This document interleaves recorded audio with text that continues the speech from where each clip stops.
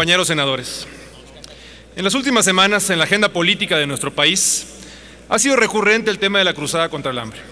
Y lo que todos nos hemos preguntado en diversos foros y de manera directa al gobierno federal es en qué consiste esta cruzada, que no es ni programa ni es política pública. Lo único que sabemos después de tanto preguntar es que su implementación se llevará a cabo principalmente en estados y municipios que pues probablemente tendrán elecciones este próximo verano, dejando fuera a varias localidades que enfrentan serios problemas de pobreza.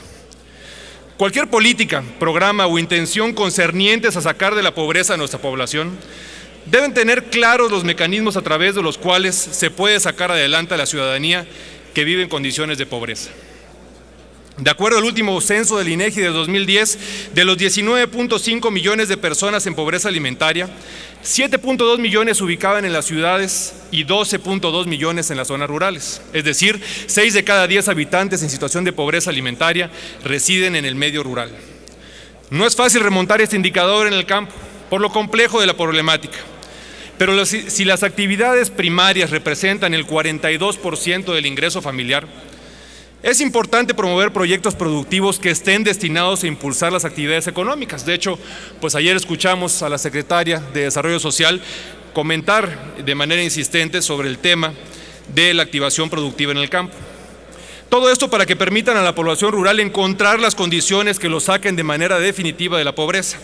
De acuerdo a la FAO, en México las localidades con población inferior a los 15,000 habitantes presentan formas de vida rurales.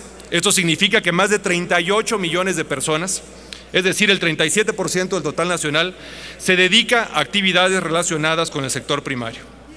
Por tanto, el desarrollo rural constituye un componente relevante del crecimiento económico nacional que debemos impulsar sin mezquindades ni fines político-electorales. El desarrollo de este sector implica la realización de un importante acervo de los recursos productivos. El primero de ellos, la capacidad creadora. Y la productiva también, además de la tercera parte, en más de la tercera parte de nuestra población.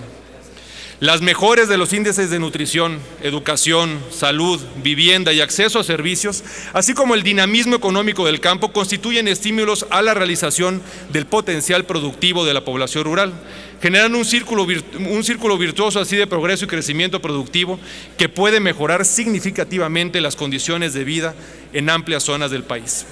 Un ejemplo que les podría dar es el caso de mi estado, como es el sector apícola, que tiene un enorme potencial, es a la fecha uno de los más importantes del país y definitivamente representaría un proyecto de alto impacto para Campeche.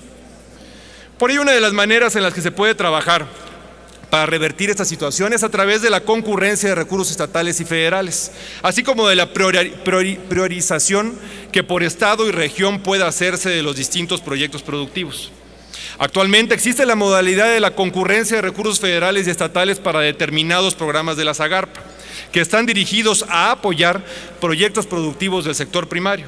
No obstante, esta concurrencia debe hacerse de manera intensiva, es decir, a través del establecimiento de un determinado número de proyectos que integren los productores y a los cuales se les asigne una partida presupuestal federal y estatal. En ese sentido, es importante atender la recomendación de la OCDE hizo sobre los apoyos que se tienen establecidos para el desarrollo del sector primario mexicano, la cual consiste en buscar migrar del actual esquema de apoyos, en su mayoría consistentes en subsidios y asignaciones directas en efectivo, hacia programas de inversión, capacitación y acompañamiento integral a los proyectos productivos. En países de América Latina como Brasil, Chile y Perú, se impulsan este tipo de proyectos ya de manera prioritaria y en muchas ocasiones con apoyo económico y de evaluación de organismos especializados de orden internacional como son la CEPAL o la FAO, los cuales han incrementado ya de manera directa el ingreso real de los productores entre un 80 o hasta un 100%. Por lo anterior, lo que esta iniciativa propone es adicionar un párrafo al artículo 27 de la Ley de Desarrollo Rural Sustentable para que se establezca la obligatoriedad de celebrar al menos 2 convenios anuales entre la SAGARPA y por lo menos 5 entidades federativas con el objetivo de que a través de cada uno de estos convenios se impulse por lo menos un proyecto productivo de alto impacto estatal o regional, mismo que deberá de haber sido integrados de manera abierta entre los productores y la instancia estatal correspondiente. Involucrar directamente a los gobiernos estatales tiene la finalidad de que los recursos federales se inviertan de la mejor manera posible. Amén que son los estados y los gobiernos estatales los que deben identificar, impulsar y presentar ante el gobierno federal los proyectos que guarden un alto potencial de desarrollo de la región. Hay que recordar también que actualmente muchos de los programas de la Zagarpa son con recursos federales, pero asignados por los estados. Por ello es importante asumir una corresponsabilidad presupuestaria, técnica y de gestión con los gobiernos federales y estatales. Por lo anteriormente expuesto y fundado, someto a la consideración de esa soberanía el siguiente proyecto de decreto. Único. Se adiciona un segundo párrafo al artículo 27 de la Ley de Desarrollo Rural Sustentable, recorriéndose los párrafos subsecuentes en el orden correspondiente para quedar como sigue. Artículo 27. El Ejecutivo Federal celebrará anualmente con al menos 5 entidades federativas 2 convenios anuales, a través de los cuales impulsará el mismo número de proyectos productivos de alto impacto en las actividades primarias de cada estado. De acuerdo a las necesidades de desarrollo y características productivas de cada una de las entidades, para efectos de la cobertura presupuestal, la Secretaría y las entidades podrán celebrar convenios con organismos internacionales.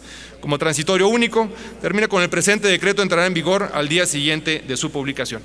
Por su atención, muchas gracias.